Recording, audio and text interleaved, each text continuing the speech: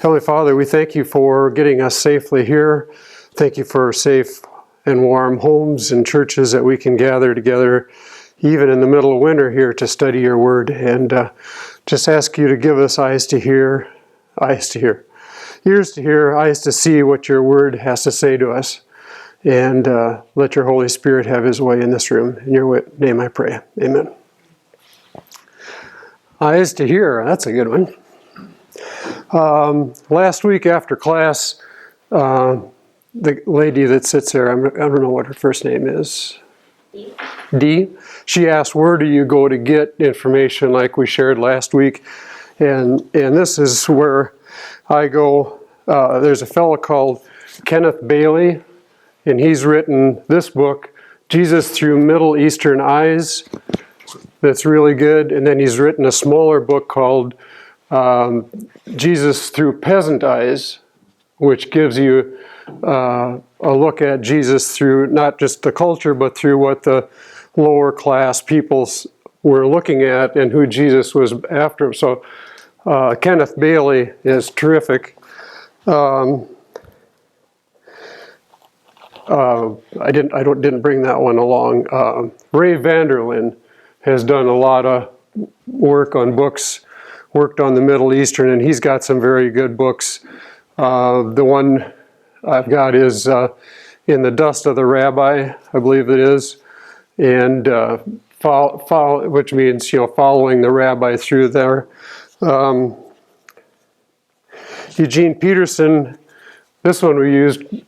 He's good on a lot of them. He was really good on David, and so there are. And then Dallas Willard wrote a book called Hearing God, and they're all really good. So there are resources out there to find out what Middle Eastern first century culture was like, and instead of looking at it through 21st century eyes, we need to look at some of these things, especially these parables, through first century eyes, because it was first century things that Jesus was using to get it out. What kind of God is God? And the kind of God that he was there in the verses we looked at last week was that Jesus is the exact replication of God. When we see Jesus, we see God in the answer to questions of what is God like. And so God revealed himself through Jesus, and that's where, if we want to know what God in heaven is like, all we have to do is look at Jesus. And the God that Jesus is portraying is not at all like the God that the scribes and Pharisees were portraying in the way they acted and the things they did. And so that's where this is. And these writers, especially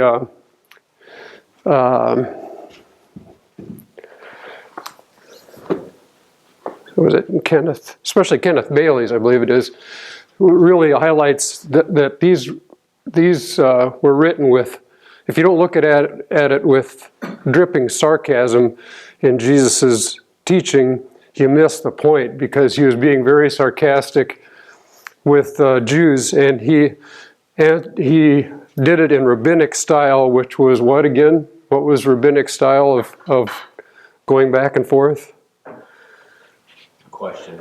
Answer the question with a question. Answer a question with a question. So all of these, they kind of almost all start with the words, who among you? It's a question. Who among you, if he had so and so many sheep, who among you, which we'll get to today, lost a coin? It's always a question in order to make a point. And so we are not used to that. And so we've got to get our minds wrapped around that he is really answering a question. So to review, do I just hit the space bar? Yep. Okay. This is what we had last week. I don't know if you can see it there. Parable of the Lost Sheep, and they've done a really good job on this one.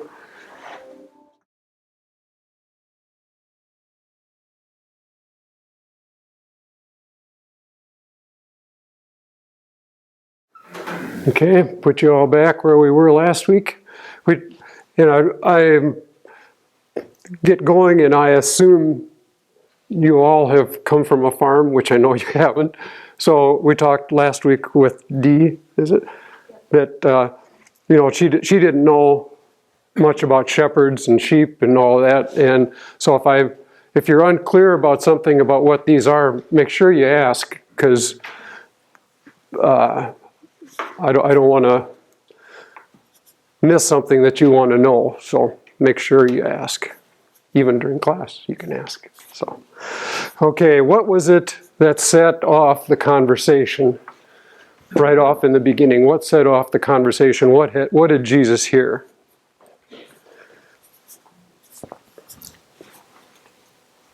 They were just saying that he ate with and talked with sinners. Yeah, that he ate and talked with sinners, and they were happy about that, right? No, they were not. There was grumbling and complaining. They were upset. A rabbi, someone who was on the same religious level as they were, was going and eating with tax collectors and sinners and those kind of people. So his associations were not what was supposed to be happening. And so why were they upset about that?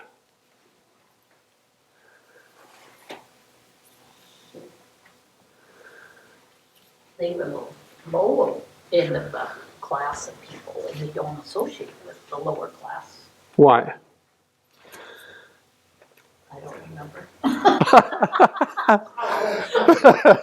That's fair. Why were they not supposed to associate with people in lower classes like he was, which the shepherds were very low class in their hirelings? They considered them sinners and unsaved. They did things unworthy. Yeah, if you were going to make a scale of your behavior,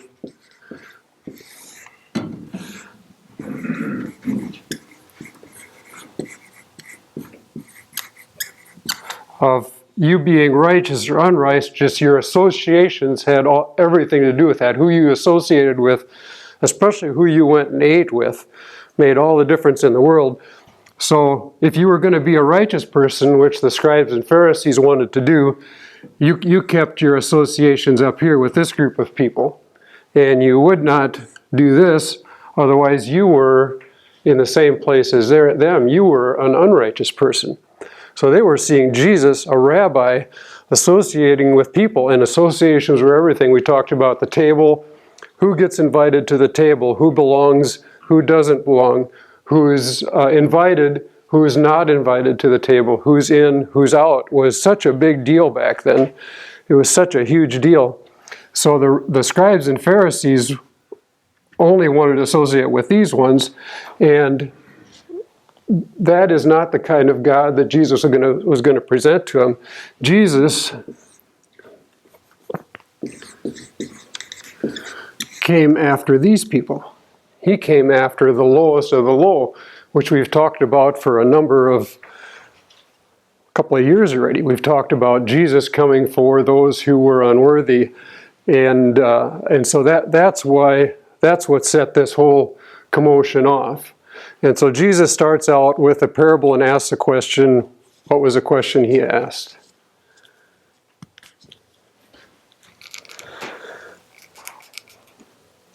If you lost one sheep, wouldn't you go leave the 99 and go after it? Yeah, if you had 100 sheep and lost one, who among you wouldn't go after it? And the answer was, you guys wouldn't.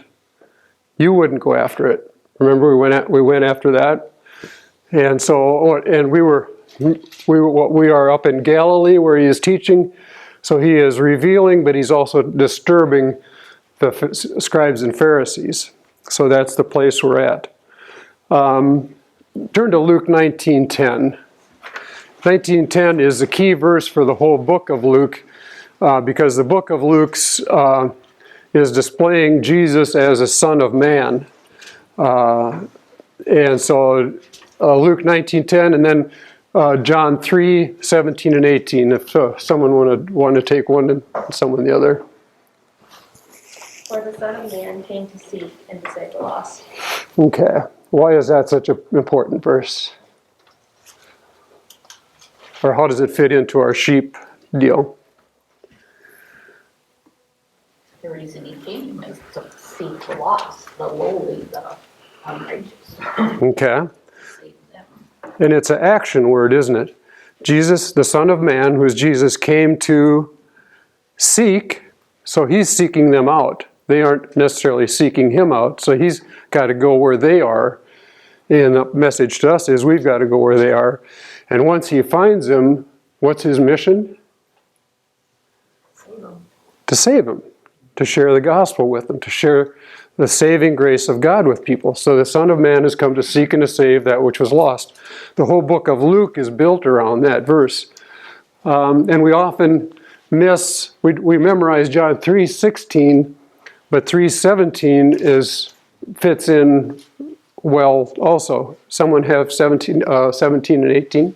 For God did not send his Son into the world to condemn the world, but to save the world through him. Okay, how does that fit in? He could have been saying that to the scribes and Pharisees, couldn't he have? Maybe he was.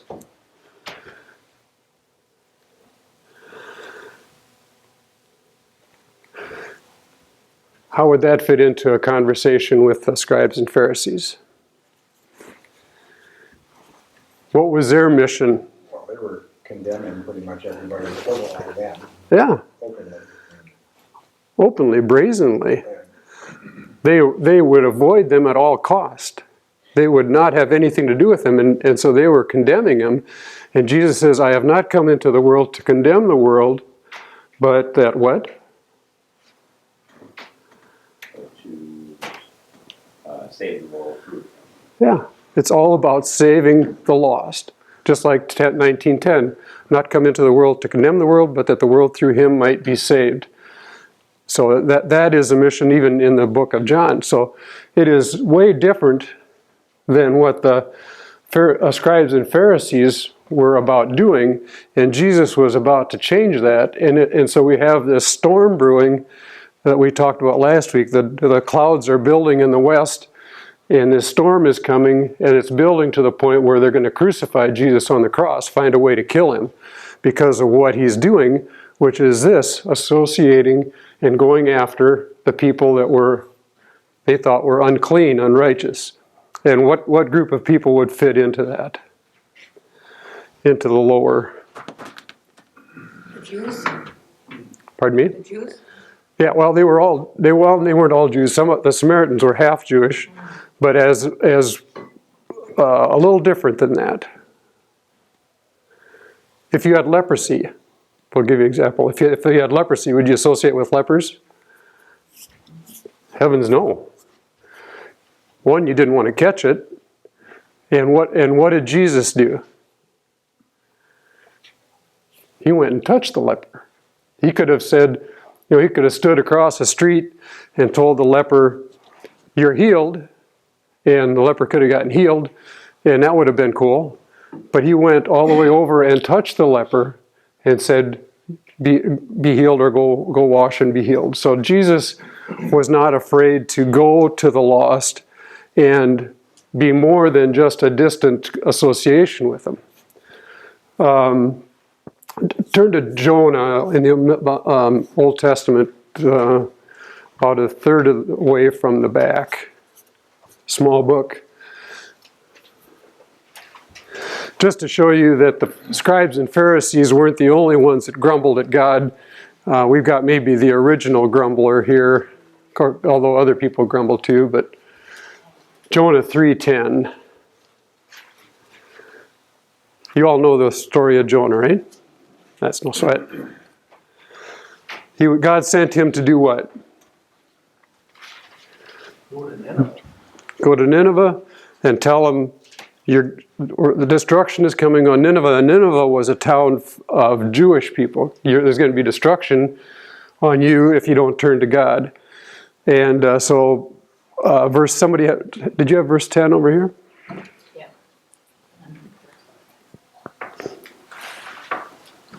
When when God saw that they had, what they had done and how they had put a stop to their evil ways, changed his mind and not to carry out the destruction. Okay, so God did not carry out the destruction on Nineveh because they turned to God. And Jonah, being the cool guy he was, chapter 4, 1 and 2, someone read that. For it displeased Jonah exceedingly, and he was very angry. And he prayed unto the Lord and said, I pray, O Lord, was not this my saying? When I was yet in the country, therefore I fled before the Tarshish, for I knew that thou art a gracious God and merciful, slow to anger, and great of kindness and repentance. Yeah, so Jonah, when Jonah saw that God wasn't going to destroy Nineveh, his attitude was what? Angry. Yes. He was clapping at the walls. He was angry and he grumbled. And he said, why, God, did you spare them after you had me go in there and do this? Why did you spare them? And then that second verse says, read the second verse again, because he said, for I knew you were what? Gracious and merciful. Gracious and merciful, and that you would seek them out and save them. That is the kind of God that Jonah grumbled about. He knew God was like that and grumbled about it. The scribes and Pharisees seemed to not know that, and that's what Jesus was about sharing with him. So we've got grumblers all over. He wouldn't have been the original grumblers. Man, I'm missing the whole crowd of them that came out of Egypt. Almost everybody that was with Moses was grumbling because God had delivered him. So this is like second nature to us as humans, that we grumble and complain when we don't think things have gone the way we want them to, or if it's going to cut into our social or financial situation. So there's a huge confrontation. Go to verse Luke 15, verse 7. Luke 15, verse 7.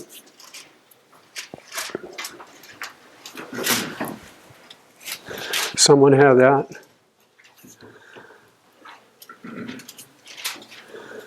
It's kind of in the middle of our parable here.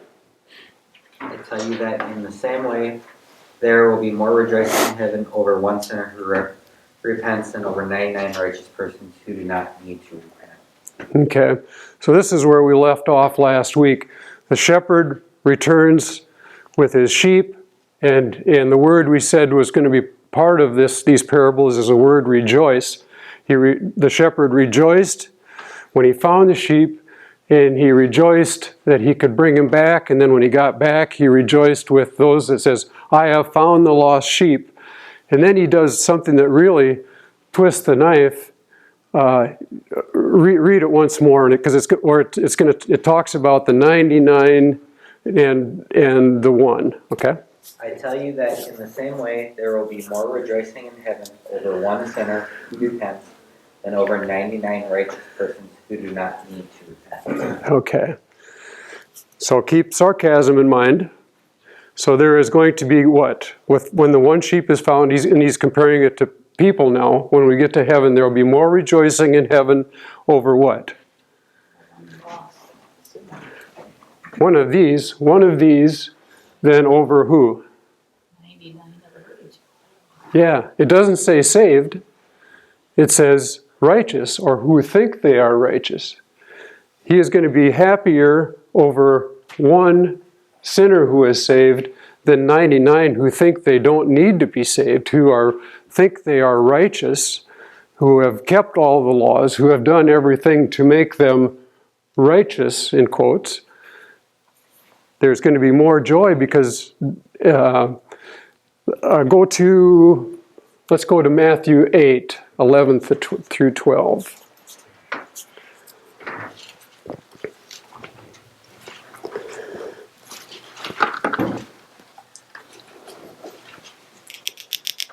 And it all revolves around who's in, who's out, who belongs, who's invited, who's not. I say to you that many will come from the east and the west, and will take their places at the feast with Abraham, Isaac, and Jacob in the kingdom of heaven. But the subjects of the kingdom will be thrown outside into the darkness, where there will be weeping and gnashing of teeth. I think we read this one a couple weeks ago. So Jesus is saying, the people that are going to be at my banquet table are going to come from where? They're going to come from the east. And I don't have enough room here to draw an arrow. They're going to come from the west. And they're the ones that are going to sit at the banquet table, because they're the ones who are going to recognize who God is, and that they will be saved. And what will happen to the many, which are these righteous who think they are? What does it say about them?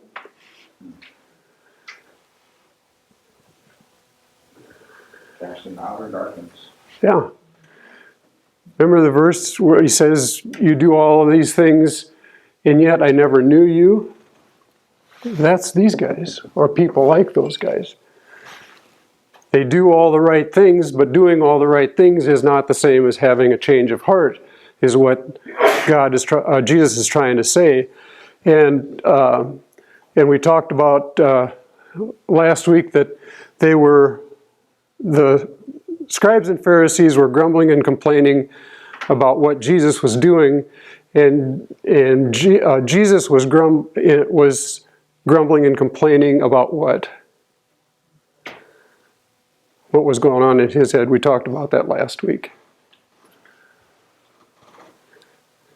That they did not.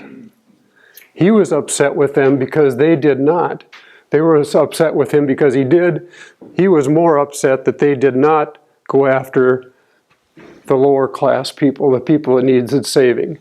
So we've got this banging of heads, this confrontation. Excuse me. And then we'll do two more, Hebrews 12:2 and Philippians 2:5 and 8.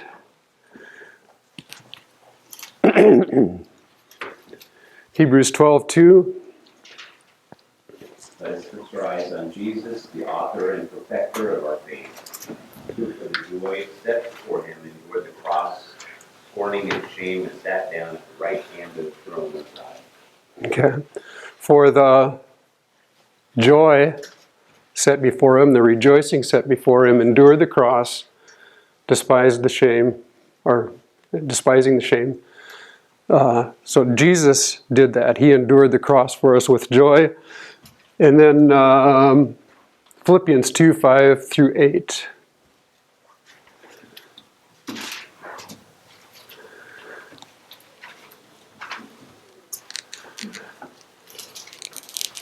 In your relationships with one another, have the same mindset as Christ Jesus, who, being in very nature God, did not consider equality with God something to be used in any way.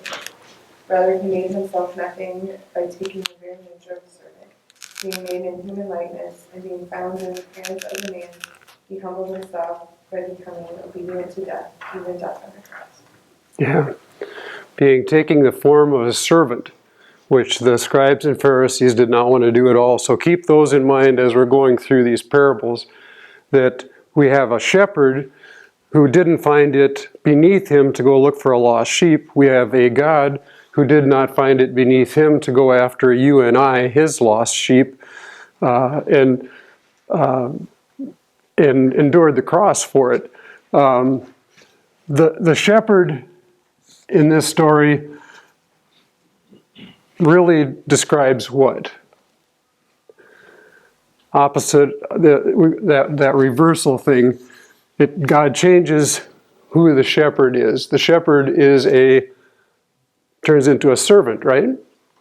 Which the scribes and Pharisees didn't see. But the regular people would. The lost sheep, the scribes and Pharisees thought was no big deal. God thought the lost sheep was worth dying for, invaluable.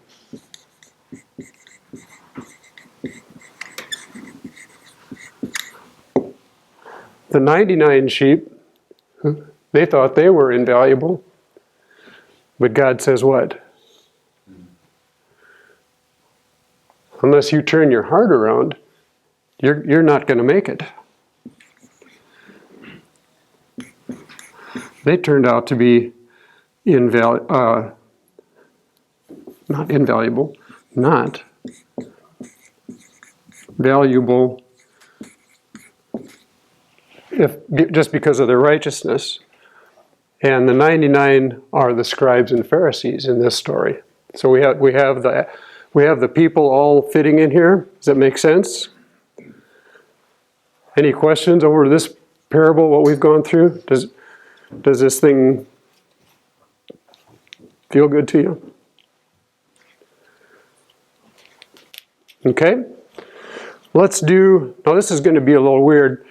They did not make a nice video of the lost coin, and oftentimes the lost coin is kind of skipped over because it's really hard to make sense out of the lost coin, and it kind of looks sometimes like just a short filler in between the lost sheep and the lost son, the prodigal son. But in reality, what Bailey says is that Jesus really turned up the heat in this one, and we'll try and explain why. So this is going to be, you're going to have to read this one. It's not spoken in English, this first one, so you have to read along, but it has a decent depiction of what was going on. So this is the best I could find on this one here.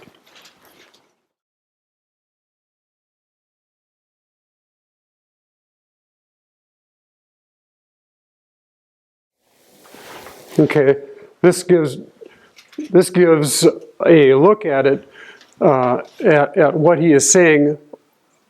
I didn't like the depiction of it. What was wrong with the depiction of it, in your mind? What did you see that you didn't like? Or maybe doesn't fit into first century Israel?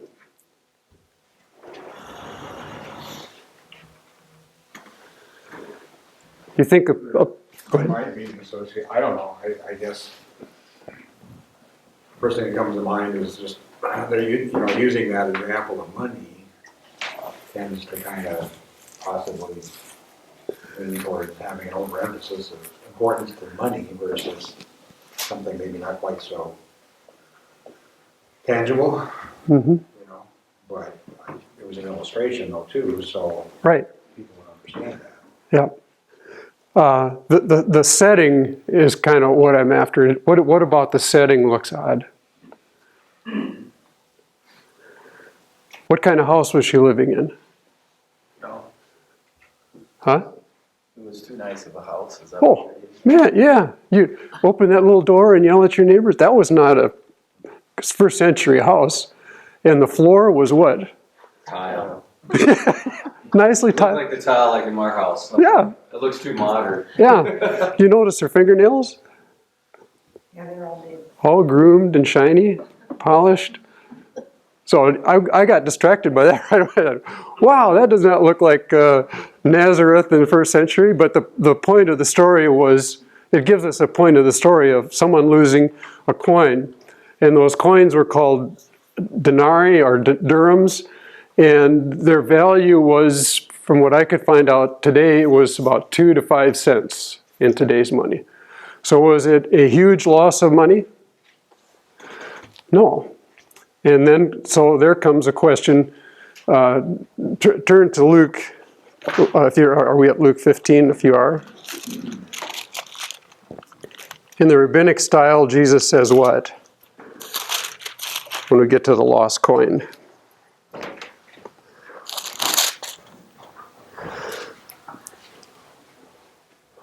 Or what woman? So it's a question, isn't it?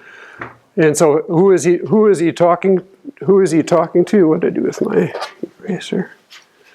Yeah, he's asking that question, what kind of, only a really poor person would go after it. Yeah. Anybody see my eraser? There's that eraser over here. Yeah. An eraser? Yeah. Could you toss me that? So we'll get the shepherd out of the way here. I forgot to pick that up.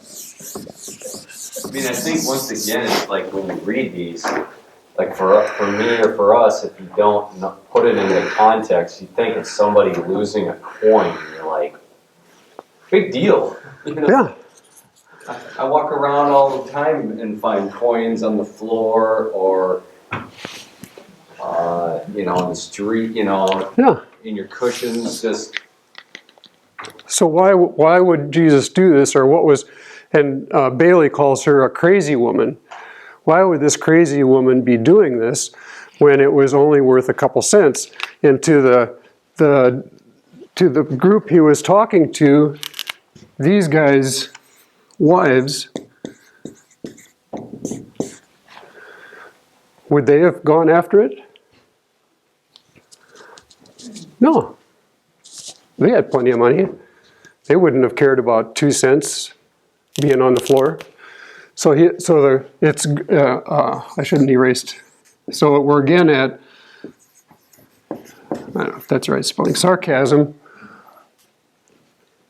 He was saying, I would, this crazy lady would, but you won't, is where he's going with this. I would, but you won't. And so this is really short. It's only 3 verses. If she has 10 silver coins and loses 1 coin, does not light a lamp and sweep the house and search carefully until she finds it.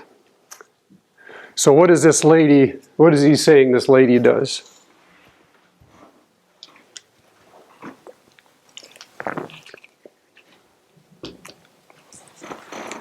She works till she finds it. I mean, she sleeps, she searches, Yeah. She wasn't picking it up off a tile floor under the table. It had gotten somewhere really difficult to find. And so she was sweeping the house, and kind of just like the shepherd. How long did it take the shepherd to find his lost sheep? We see it's wandering, looking around, hiding in a cave when it was raining. It took several days to find this lost sheep. It took her a while to find the lost coin. Verse 9. Someone want to read 15, verse 9?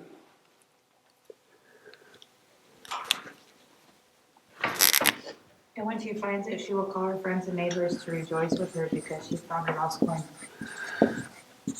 So what does that sound like that we just did with the sheep? Pretty much the same, isn't it? Shepherd called his friends together. They had a party, said, I found the lost sheep. This woman who finds 2 cents does something even more unusual. She does what? Calls her friends and neighbors. Yeah, and the word that they use in there is rejoice.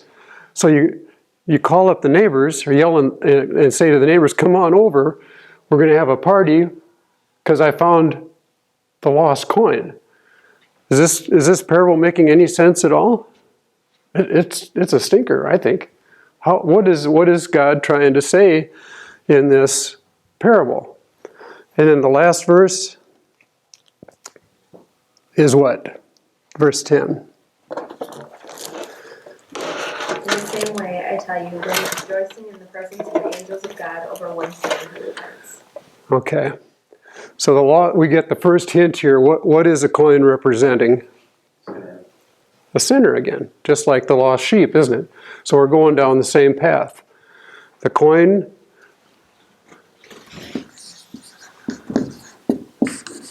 is sinners. Or these guys down here. And again, we get into the searching until we find it. Shepherd searches till he finds it. The woman searches till he finds it. So we're going down the same path. But this one is over something that's not as valuable. There's speculation, and I found these pictures. This is one. Where are the coins on her? On the veil. Yeah, they would take. It was custom in those days to take your dowry, which was so much money's worth, and make a necklace, or this is, I think, more accurate, would make a veil that fit over her head. What does the woman beside her have?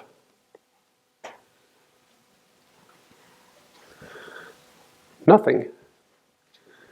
So this woman is married, that woman is not. This man paid, if she had 10 of them, like our story, paid, if they were 5 cents a piece, paid 50 cents for her. So we know it's a peasant person. We know the husband is poor and the wife is poor. Click ahead. These are just slides that they didn't have this in a motion thing. See the one missing that they depict in there? So she was out, she was out doing her business, lost a coin, and so one is gone, which was important. Why? Not because of its dollar value, but because of why?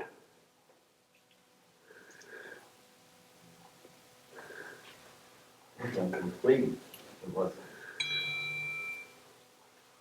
Right? She needed all 10.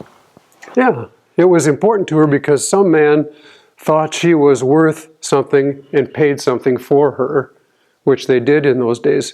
And so this had, made her look less worthy or had less worth. And so she was after this coin. So it's starting to make more and more sense. So she is after something of value to her more than the monetary value. Click ahead. There it shows her losing it, or realizing it's lost. Taking her deal off, going out to look for it. That is what the house should look like, not the tile floor. That makes sense that you take a broom like that in first century Israel and sweep the floor looking for it, doesn't it? I think that one makes total sense. Next. Keeps going. And going. And going. And going into the night. And still looking all over way into the night. Now, she couldn't find it in the house, so she heads outside, retraces the steps. And what? Finds it. Finds it, finally. Okay? And calls her friends and neighbors and says, I found the coin that was lost. Let's rejoice. Okay. So what was the value of it? It meant somebody cared enough to want her and paid for her, no matter how many coins it was. Somebody sought her out and bought her as his own. And that was what, you didn't want to be like that first woman without one and be a widow or not a widow, I'm missing the word, someone who's not married, an old maid, your whole life. You didn't want to be that. It was something that showed that you were of value, and if you didn't, nobody thought you were worth anything. So you wanted that. It was tremendously important. So that's the gist of the story. So what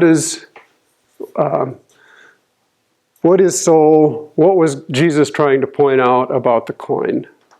Who does the coin represent?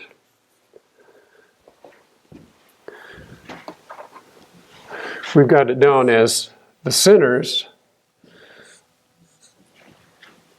but it's more than that. It's a class of people.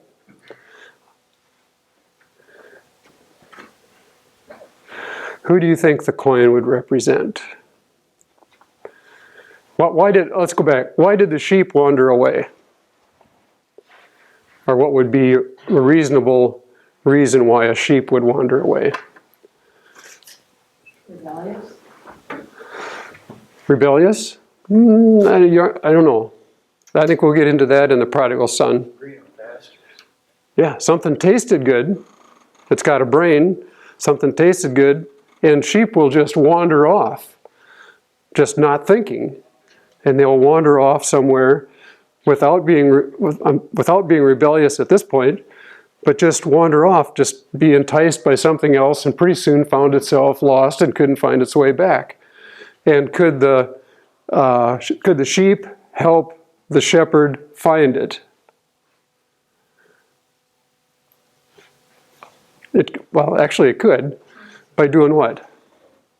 Making a noise. Bang out there. So even if it was in the weeds and it started bleeding, I shouldn't say bang, bleeding out there, B-L-E-E-T-E-I-N-G, bleeding, you would know where it's at. So there was a response that the little sheep wanted to be found but couldn't find its way back. So the coin is different than that. The coin has a brain? Not a chance. Does the coin know it's lost? No. Does the coin want to get back? No. How did it get lost? How did the coin get lost? Probably fell through a crack in the table, got hooked on it, like in her case, if that was the case, hooked on a branch when she was walking through, got torn off. The coin really had no part in this, in wandering away. It just happened. So and when we're talking about sinners, does that fit into? What people do not know that they're lost?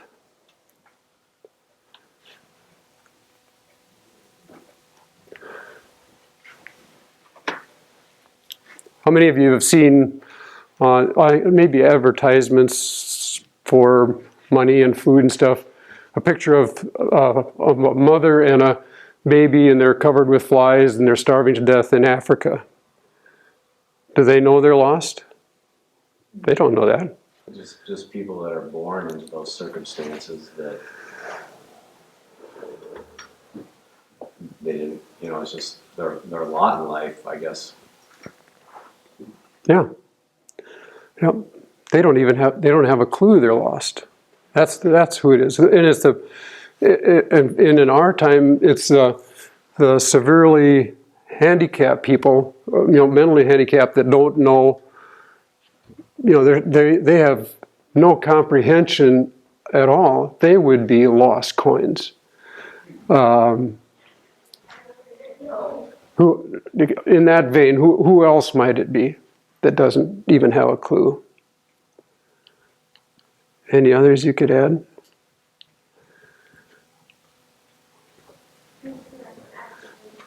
The ones that worship the devil? That were what? That worship the devil? Sure, worship the devil. We're the very bottom of the class, the very, very sick, the lepers. They were who were worshiping other gods, which they did back then a lot. The very lowest of the low is where the coin was. And the question started out about who would go after them? And Jesus is saying, not you, but you're representing God.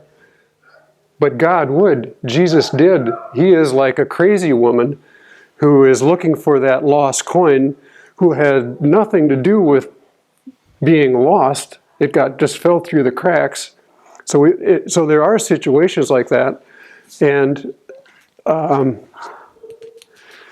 in the same way that the shepherd searched until he found it, the woman did the same thing.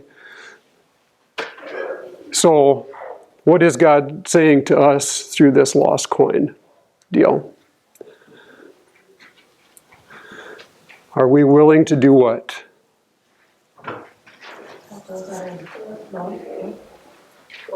Go after the ones that are low. Yeah. Go after the ones who don't even know they're lost, the ones that aren't even asking to be saved, going after the ones that don't know. And so we can't, people that can't comprehend this, we can't make them comprehend, but God asks us to care for them, to go after them. There was this guy's sermon was talking about this woman searching and searching until she found it, and then when gave an illustration, and this is purely speculation, when these children are like these people in Africa that die from starvation, don't have a clue, get to heaven, will they see a crazy God sweeping and rejoicing when he finds them? And then what is our response to that? Are we grumblers, or do we rejoice in that? Are we Jonahs and Sadducees and Pharisees? Do we grumble over things, or do we actively seek these people out? Is where this whole thing is going, holding us accountable. So we don't just go after people that know they're lost. We go and help people that aren't, which is totally opposite of what the scribes and Pharisees were doing. And again, finding themselves out, not belonging at the table, and these people belonging. You see how that riled them up? Jesus wanting, and they, because of the sarcasm that was going on in the tone of his voice when he's talking to them, they knew exactly what he was saying. Because if they didn't, they wouldn't have started this plot to kill him. If they didn't, they wouldn't have started the plot to kill him. Make sense? So you see how it ramped up in this short little 3-verse thing of what is asked of, what Jesus gave us an example of, and what Jesus asks us to do is to go after people again, to seek. 19:10, for the Son of Man came into the world to seek and to save that which was lost. We need to be active in our search for lost sheep and lost coins, people that are asking for help and those that aren't asking for help, that think they have or may not even be thinking. Any questions so far? I didn't even ask. Any questions about either parable?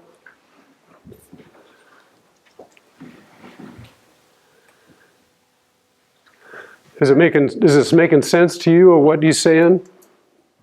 I hope so. Oh yeah, I mean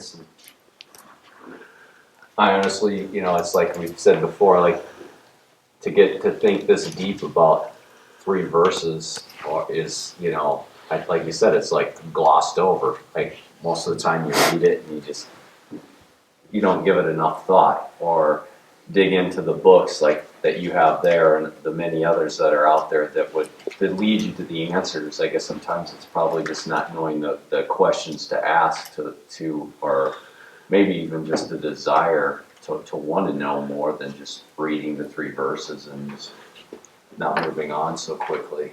Yeah. And it's something I think we're all guilty of is when you read something and you don't understand it in the Bible, do we ask why? Why did this happen? Why did this shepherd go after the sheep? Who, when, where, why, how? I want to be curious about what's going on here, and so I think in Christianity we get fed from the time we're little, fed these stories, and are never taught how to question them. So I really don't understand why the shepherd went after him when there were still 99, and why did that happen? So we just don't question things to find out exactly why it happened. So in a culture that's so different from our own. Go ahead. Are there any other parables that I would assume that all 3 of these actually, and to include the next one, have to do with this lost and found and an answer to the Pharisees' issue with Jesus in the first place? There's 3 of those parables there. Mm-hmm. Are there any other parables that are grouped like that in 3? It just seemed like he was really trying to make a point, because he said, well, you don't get this, here's another illustration, well, here's another illustration, and maybe you'll connect with one of them. Are there any other parables that... Not that are in 3. Yeah, the others are all pretty much, this is the parable, and this is what I'm trying to teach you from this parable, not connected together like this. And I will be gone next week. In 2 weeks, we'll go into the parable of the prodigal son, and that one is turned around a little because the father lets the son go and doesn't go looking for him. So Jesus starts out with two parables that there is a desperation to go after the sheep and the coin. And in the parable of the father and the son, he says, okay, go your way, and I'm not going to go looking for you. And so how does that one fit in to teach the scribes and Pharisees anything? So he's got a different twist to the last one. We'll get to, there's a parable about the table and some of that's going to show, again, where are you, where did the scribes and Pharisees think they were in this line of righteousness? We're going to get into some of that, but I think these three really set the table to help us understand the rest. Any other comments or questions? It'd be interesting to know the amount of time when these three parables were told. Like, were they told to the same group of Pharisees, or were they told to different Pharisees at different times around the same period? Yeah. I'm assuming they were not told to the same group, but to different groups, and then I think they were. they were told. I think they were told in one conversation. Oh, so all these probably happened at once. Yeah, that's the way I read it, is that he stopped and said, who among you, because he doesn't even hesitate, there's nothing in there that says, and the scribes said this, or the scribes and Pharisees said this, or replied to him. He just goes, boom, here's a parable of the lost sheep, boom, here's a parable of the coin, boom, here's a parable of the prodigal son, just all in a row. So Jesus had a lot to unload on these guys. And it wasn't good for them. Well, it was good for them. They needed to be brought off of their pedestal, but it didn't necessarily. It brought them, and it fit into the plan of that Jesus needed to be crucified on a cross. And this was how it was going to happen. Well, and I guess if you think of it that way too, like he tells these three parables in a row, just like it's really going to probably continue to rile them up. If the first one did, the second one will just kind of keep it going, and the third one will be, like the final blow. It is. Yeah, the third one is, and no son in his right mind would ask for his inheritance, because that was saying, Dad, I wish you were dead, because that's when I'd get my inheritance, and I don't want to give more of that away. But the third one really gets to the point of, Dad, I wish you were dead, because I want my money. I want to get away. So we're talking where these two that we've done, the sheep and the coin, there's no rebellion, no wanting to get away, no volition to do it. But in the third one, there's every volition. I want to be lost. Or not, he didn't want to be lost, but he wanted to get away from the Father. So it's a totally different slant on it. And what the Father does in that situation and how that fits in is really cool.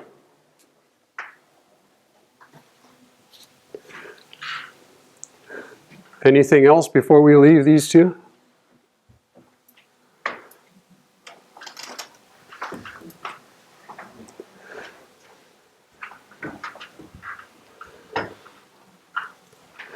Okay, our time is winding out here, so I will be gone next week, going to Seattle to see my sister and a college friend of mine, and then I'll be back. So in 2 weeks, we'll start in on the prodigal son and working on that one, and then we'll start picking around on all the parables. I think it's great fun. I think they're to finally understand what God is trying to say, but then it's hard on us, because once we understand what God is trying to say, it puts responsibility on us to seek out people and to not just do our lives without actively looking for the lost. So let's pray as we close. Heavenly Father, we thank you for these two parables. We look forward to the prodigal son parable too, but thank you for